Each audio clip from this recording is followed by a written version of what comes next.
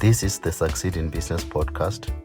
The podcast is inspired by a book titled Succeed in Business, Learn from Your Business Failures and Succeed. The book shares practical information on how to find inspiration in humble beginnings to become a successful entrepreneur. Through this book, you will learn that starting small is always the best way, and if you fail, you are equipped enough to start again. It also provides nuggets at the end that you need to read daily to know how to navigate challenges in your small business. If you want to get a copy of the book, contact Mpho Nenweli at 082-567-3099 on WhatsApp and on email mpho@anisa.co.za. The book costs 259 rands including courier. Hello everyone, this is Mpho Nenweli. This is the Succeed in Business podcast. This podcast will bring the best in you. Failure is inspiration. Success is within your reach. Do not give up. Today's podcast, I'm going to be focusing on the issue of business and risk. This is quite a very important topic for anyone who's starting a business or anyone who's running a business. Risk is something that we can't avoid. It's an integral part of life and business. So I will be looking at the issue of how do we analyze risk, how do we develop mitigation measures, how do we deal with the issues of risk in relation to tenders, issues of corruption, how do we deal with the issue of risk in relation to being scammed by scammers, which is quite very common here in South Africa. So I just want to emphasize the fact that if you are alive, you are always exposed to some element of risk. Risk is an integral part of life. You cannot avoid risk. Obviously, risk vary in terms of degree, in terms of the probability. These are the things that I'm going to unpack in this particular podcast. I will also look at the issue of internal and external risks in business.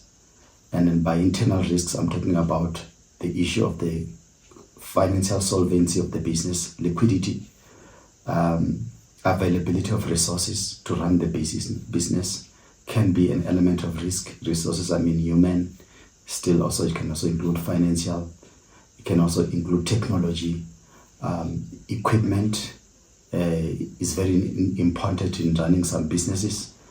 Some businesses cannot run without equipment, and if some equipments are not insured or they can be exposed to theft, they can be challenges to the running of the business or the sustainability of the business. So, the issue of the team functionality can also be a big problem in relation to issues such as strikes, theft, knowledge. It's also a very important aspect of the business.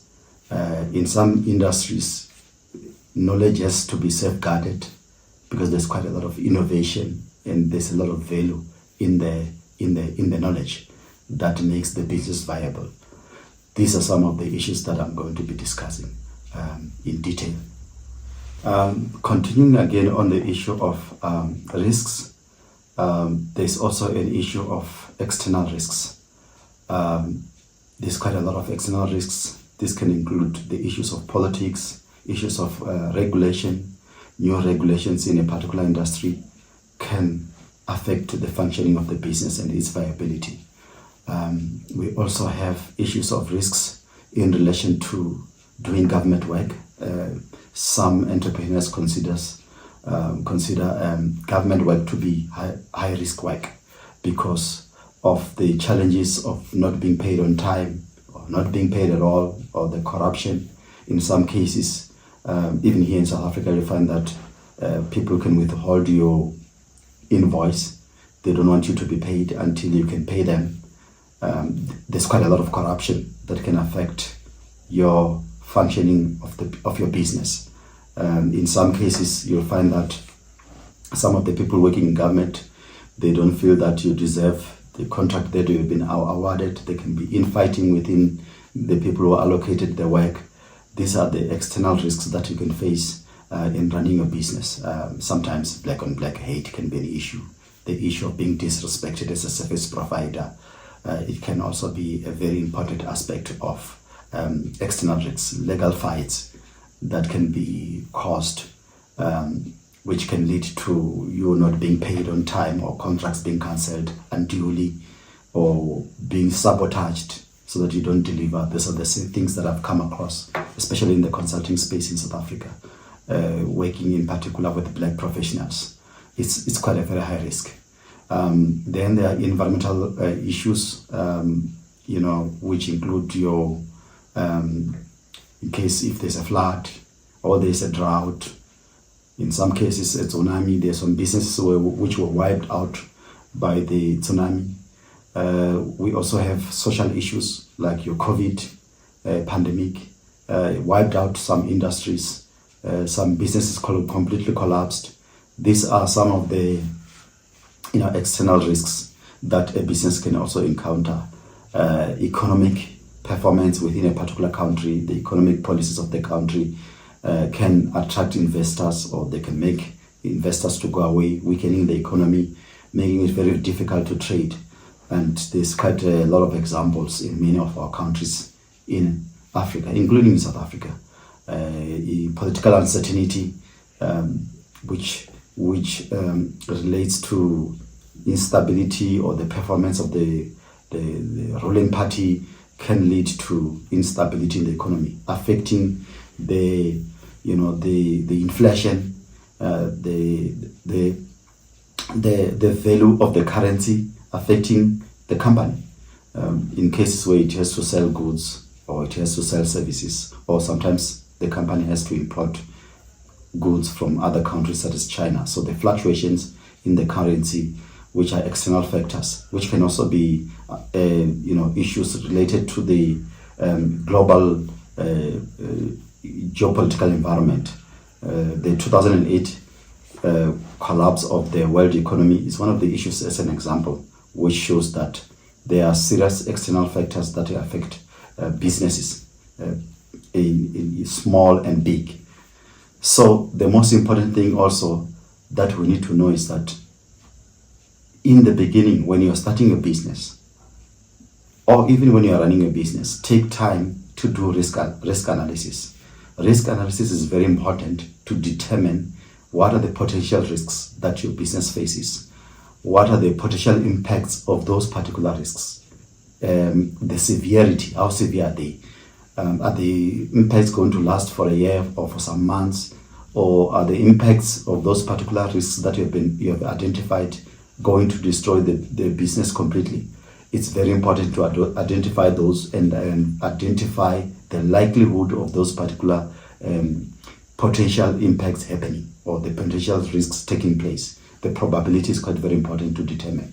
Then you can be able to do the risk ranking to say which risk is the most important for us to look at, which one is the least important. Then if you rank, then you can be able to prioritize what are the risks that are important in the business, in your business. What are the risks that you're going to deal with? You're going to develop mitigation measures. What are the risks that you're going to monitor at what point in time, on a monthly basis or on a quarterly basis? Then you can be able to keep your business afloat. So if you don't prioritize risk assessment, risk analysis, and then identify mitigation measures, you are likely to realize serious challenges that when your business encounters risks, it's not going to be able to have the strategies to respond, and failure to prepare for those particular challenges or the risks obviously is going to lead to failure of the business. So it's very important to do an in-depth and honest risk assessment.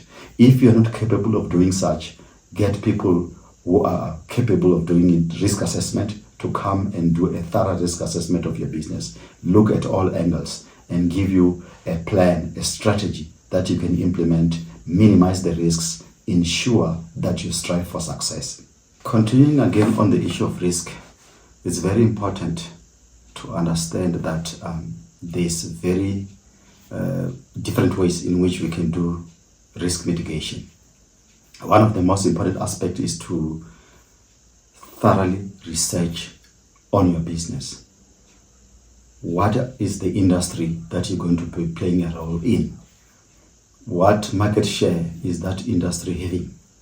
What are the companies that are dominating in that particular industry, and what market share do they have? Who are the companies that you're going to be competing with? How strong are they? What are the gaps that your business is going to be addressing? So you need to really identify a very viable business proposition. The thorough you do your risk assessment, it's very important even for other people to realize that you understand your industry and you know where you're taking your business. You can reduce risk, and then you can be able to ensure that you maximize on opportunities and make sure that your business succeeds. The bigger the business that you want to do, the riskier. That requires that you can have to get specialized companies to do a thorough business plan for you, identify the risks, strengths, weaknesses that you have, opportunities that are prevailing. Then you can be able to approach that higher level of business in a proper way. Because if you don't do that, you will lose resources, you will lose time, and you may burn your fingers and not be able to succeed in your journey of entrepreneurship. So the more the time you spend on the research, determining the market, determining the industry, understanding how big the industry is, what is the contribution of the industry to the economy of the country, what is the demand of the product or the goods or the services that you're going to supply. That way you can be able to find ways to mitigate the risks. One of the important things also is to start businesses that are less riskier as a way of mitigating the risk. In this way, I mean businesses such as consulting, where you can just use your brain, your skills, and you can just use your home office to operate and your laptop. Those are businesses that are not too risky, and they don't require a lot of capital injection and a lot of risk on your side. You can then, if you intend maybe leaving a job to do that type of a business, you can then put resources to be able to look after yourself for at least 12 to 24 months whilst you are establishing the business. So it's less riskier. Those businesses are also having what we call lower barriers of entry. It doesn't require a lot for you to start operating. You just need a laptop, establish a website, identify key partners that you can work with, and they can be professors within universities or independent consultants that are specialists in different fields. Then you collaborate with them, you bring them as and when needed. So that way then you understand your industry. But then you still have to understand which niche in that particular consulting space are you going to be occupying. What are the opportunities that you have identified, and how you're going to mitigate any risks. So just also know that some businesses, because they are easier to do, the barriers of entry are also lower. There's also higher levels of corruption. For example, general supply. Anybody can just go and buy stuff and supply from somebody. You can just be a middleman. So those are even more riskier, and that's where you also find a lot of corruption and a lot of scammers.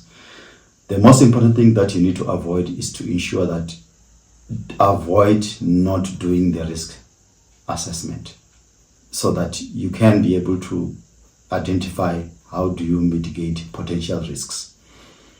But at the same time, don't assess or research too much to the point that you suffer from what I call paralysis by analysis. You are analyzing too much, and then you cannot be able to move, and then you cannot be able to start implementing the business. Some of the businesses you can start by putting in smaller amounts of capital, experiment as you move, adapt the business.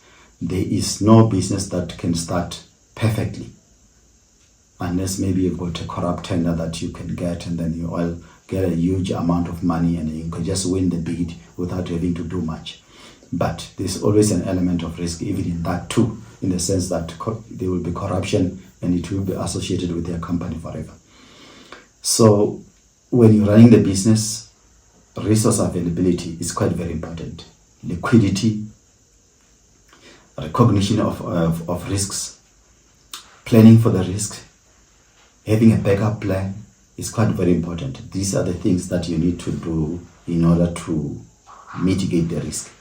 One of the most important things, if you, for example, you are living in employment and then you're going to be running your business full-time, just make sure that you don't burn bridges. And you must have a plan B. If the business fails, one of your mitigation measures might be to go and look for a job, or you might as well start your own consulting company at the same time, also working somewhere, earning an income just to pay the bills until your business picks up. So there's always a way in which you can manage the risk on the business and personally, because also if your personal affairs are not managed appropriately, the risk is gonna affect the business too. Then the issues of prevention is very key. Once we identify risk, we can find ways of preventing the risk. One of the ways is to ensure that you don't rely on one employee. If you have got fewer employees, make sure that they are multi-skilled.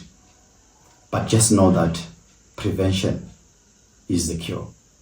Rather prevent some of the risks from taking place. Rather plan towards particular risks instead of being surprised or just limping from one crisis to another, because it just makes it very difficult for you to run a successful business. You are just going to be doing firefighting. So detailed planning is a very good strategy of preventing particular risks, identifying risks and ensuring that you've got ways to mitigate them. Make sure that you can be able to focus on key aspects of the business where the risk is. If, for example, your business relies on a key raw material, then you might make sure that it is stored appropriately. There are safeguarding systems. You make sure that it's received appropriately. And then whenever you are selling something, the dispatching is tightened. There's security measures. So you just need to know what are the areas that can cripple your business. So you just have to prevent those particular loopholes. But prevention is very important. So it is very important that you also reduce the likelihood of some of these potential risks from occurring. So you have to also reduce the likelihood, the severity of the impact, or eliminate the possibilities of any risk taking place. This is quite very important to ensure that the business succeeds. It doesn't matter how small or how big the business is. Risk has to be looked at, it has to be assessed, and it has to be dealt with in order to ensure that the business can be on a sound footing and there's potential for success. On the issues of risk, it's very important to discuss the risk on issues of tenders and corruption. Tenders in South Africa are quite a very big deal, and they have been introduced, or they have been there, but post 1994, government has produced regulations for ensuring that black people participate in the economy, which is quite white dominated, and that is not good for the future of the country. So, but it came with a lot of challenges. Obviously, politicians saw it as a means of also accumulating quick wealth, and at the same time also bureaucrats in government found ways to start siphoning money. And this is a common problem in corruption. Is quite very big in Africa, and is one of a deterrent of people coming to invest in our countries. So I would really want to quote a very interesting African proverb that says, money is like seawater. It doesn't quench the thirst. So what I'm trying to say is that it's all well and good when you're trying to do business. There can be a desperation where you are looking for business opportunities. It all happens to all of us, especially if you come from a black background with nothing, no support. Any business opportunity that comes your way, you would want to grab it. But there is a danger of engaging in corrupt activities. The problem is that the corrupt people, their demands will just keep burgeoning. They will keep demanding more money. It doesn't quench the thirst. What I found out is that these people, they end up buying shoes that go for around 50,000 rands. They drink whiskeys that are quite very expensive. They've got houses all over the place, compete with cars, and then they buy helicopters, then they travel overseas for holidays and all sorts of things. So once you get into their web, you find that it's very difficult to get out. As Bob Marley also once said, don't grant a politician a favor. It's something that I've always been wary of in business. If you're gonna relate with politicians, it's well and fine. You can be able to get access to very big opportunities. But just be careful that you don't have to pay with your life. You don't have to pay with your soul. There are people that end up having to do all sorts of things. You become liable to those people for the rest of your life. These people call you at any time on weekends when they're drinking, they want money, or when they're having a wedding, the money runs out, they call you, you will have to pay them. But at the end of the day, your business is the one that keeps the track records. So you'll have to account for tax. The other thing also is the issue that you must remember that money has got footsteps. There's always ways in which it can be tracked.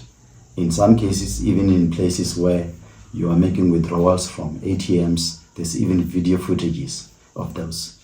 I've read books where people were detailing how particular corruption activities were carried out, how money was withdrawn at a particular time, at a particular ATM, by a particular person. That's how advanced the systems are to track movements of people and money. So be cautious about the issue of corruption as a risk to your business, because the record you create is the record that you'll last with forever. Sometimes as a professional person, you might find that all you have really is your reputation. And some of these corrupt dealings, you will not be able to explain them to your family or your children. And it will be a shock that at some point in time you get arrested and the children start to realize that, in fact, they didn't know that you are a criminal. So those are the things that you need to look at. The other thing also, there's always also a culture of demanding particular percentages of money by these corrupt people. Some of them will say, well, we need 20% of the money you're gonna make, or 10% of the money you're gonna make. Some of it, when you calculate, it looks quite very small. But really, if you look at it deeply, you'll find that the money they take is the money that you were going to make as a profit. You will end up finding yourself to work for many years and there's not really much to show. There's no progress. You'll just find that these people that you are working with who are accessing these resources, their lives improve in some way or another. So I'm just giving general comments in terms of how do you minimize your exposure to issues of corruption and how do you manage this. And these are things that are applicable to any part of the continent of Africa. The other thing which is also very dangerous is, out of desperation, some of the emerging black entrepreneurs, you'll find that, for example, you're supposed to sell something that costs 20 rands and then you end up charging 1,000% more. and then you get more profit. Because what happens with corrupt people, they are always thinking about themselves. If it's a group of 30 people, they'll say, no, remember, we're going to share money amongst the 30 of us. They don't care that you're going to overcharge by 1,000%. When auditors come and they check, why did you sell this particular product at this particular price, you will not be able to explain it away. So be very careful of overcharging and getting excited because you'll get a huge amount of money into your business. It will ruin you. It will ruin your reputation. You might end up in jail, and you will lose your wife, you will lose your family, you will lose everything. So just know that the corrupt are always looking after their own needs. They have no interest in the success of your business, and their needs in most cases are just short-term needs. In South Africa and anywhere else in the world, there is also the issue of scammers. South Africa really has got a real big emergence of scammers that I've seen in business in the past 15 years, to the point that I think there are internet cafes that are set up by South Africans, and in some cases including foreigners, where they just specialize on scamming people, in particular entrepreneurs. These scammers, they target new entrepreneurs, and then they focus mainly on the general supply. They won't ask you to come and tender for a consulting job.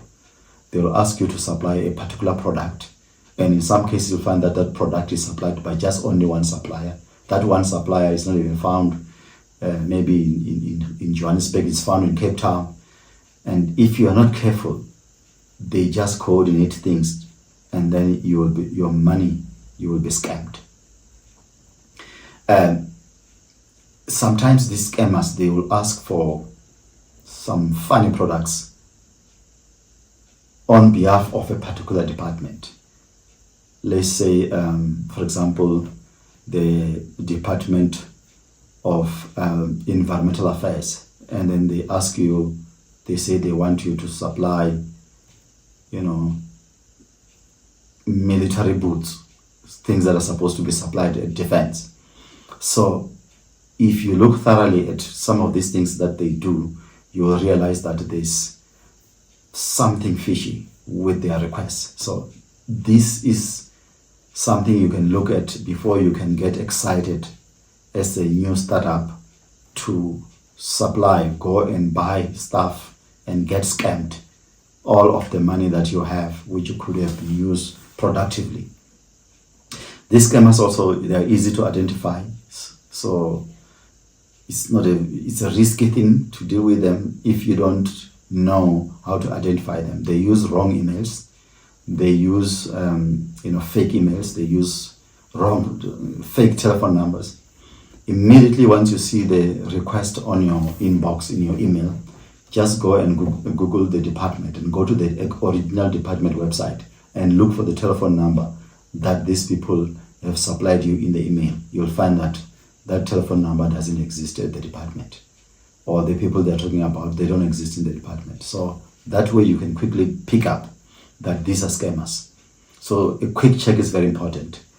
Some of the scammers also have gotten used to using familiar names that they are not really easy to pick up, that these are scamming groups. But interesting enough, if you're running a couple of businesses, you will receive emails all over your different businesses, and then you can be able to pick them up. One other thing also that they do, these scammers, they are able to issue purchase orders that will resemble purchase orders of the actual department where they want you to supply the goods as a form of a scam. And then if you've been trading with a particular department, you'll be easily be deceived, and you'll think these purchase orders are quite very real. It's because these scammers, they are working with inside employees within procurement in these particular government departments or state parastatals. So just be cautious about that. The other thing also is the delivery that is very dubious. In most cases, you'll find that they want you to deliver things in a government department building at the basement. It's quite very suspicious, or on the street, or at a building that department doesn't own. So those are the things that you can look at in terms of identifying potential scammers. Being scammed is a risk that emerging entrepreneurs can manage. I know it's not easier when you are thirsty for opportunities or you desperately want to access some capital to grow your business. But we must be able to be very cautious, in particular in the general supply of goods and services. Just make sure that you are supplying things to the right department. In most cases, just also read the regulations of government. Government doesn't talk to people to send them quotations. They will advertise tenders for these big jobs, and that's how it is done in government. So be careful of the scammers taking a ride and destroying your good dream of being an entrepreneur and starting a business that can create employment opportunities and generate income and solve challenges that we have in Africa in relation to addressing the poverty, unemployment, and inequality. One of the things that I've seen poses a risks to emerging black entrepreneurs in Africa is the anti-black posture that we display against each other, which I find quite very hurtful. This poses a risk in the sense that we all end up not having any form of success. The attitude there is the fact that we want just to pull each other down, and we rather empower other people with our money, our hard-earned money. We don't want to see any of our own succeed.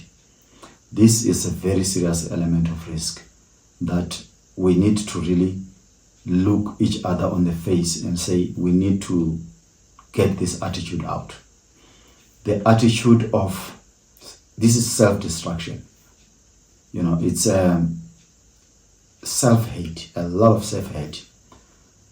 We don't want to see one of our own succeed, but we want other races to come and dominate, run our supermarkets, and sell us cars. And then when they are drinking beer in other corners, they talk very bad about us. If we don't collaborate, we don't close doors against each other, we won't go anywhere. I've seen instances of people that I know, once a person gets a tender at a particular department, I'll just give an example, maybe Department of Public Works or at ESCOM, the person will make efforts to make sure that the other person, black person, doesn't get it, because they know you, or they just feel that it just must be themselves. And it's very painful to see something like that taking place, in the sense that you will find that particular person is ready to block others from coming into the space, even if the person is not even getting 1% of the cake that is there in terms of the amount of work that is available. That person is getting 0.00 whatever. Why this self-hate? And why do you feel that if somebody gets empowered, that it's something that doesn't sit well with you? Why are we doing this to ourselves? Why do we always want to compete with each other, to the point that even if you mentor a person, after mentoring the person, after a person gets, he or she gets on their feet, they start to see themselves as a competitor to you. They start to want to prove that they know better, or they can build a bigger house than you, or they can drive more cars or bigger cars than you, instead of appreciating the fact that they managed to be where they are out of the generosity of somebody mentoring them, and sometimes for free. to get them where they want to be. I think we just need to change our attitude as Africans. We need to collaborate. There's a very interesting story that I've listened to of a lady called Portia M, who does cosmetic products. It was very amazing to listen to somebody who mentored her when she was starting a factory. The person was somebody very knowledgeable on issues of business, but not issues of cosmetics. Later on, the mentor became interested in doing business in the production of cosmetics. And then Portia M started to mentor the person who used to mentor her. That's beautiful, because she realized the space is big. We've got millions of people who are gonna consume these cosmetic products. She cannot supply all of them. So that is the beautiful collaboration that we want. Instead of just the self-hate, the fact that we don't want to collaborate, we just fodder for other races to feed on us, for other races to take our resources, our hard-earned money. Whenever we look for opportunities, even sometimes I've been to some small town, a small town here called Hartebees in South Africa. I once went there looking for a rental for a paint shop. The paint shop, the space there was empty in a particular mall. The person of another race just refused to give the space. And later on I realized it was just an issue of color, to say, I can't give it to you. It's for one of my own, and then you're not going to get it. So as Africans, let's this risk of just making sure that we make each other fail is unacceptable, and it's something that we need to confront. It's something that I feel we need to deal with. We need to look each other in the face. We need to collaborate. We need to make sure that we appreciate those who succeed amongst us. We need to stop the idea of plotting to make sure those who are good or who have done well amongst us and bring them down. It's not good for us. It doesn't help any of us. We need to succeed. And then by succeeding, we need to accept that some will succeed first and others will follow. And we need to support each other fully. And sometimes to the point that we need to be able to go an extra mile to support each other's businesses.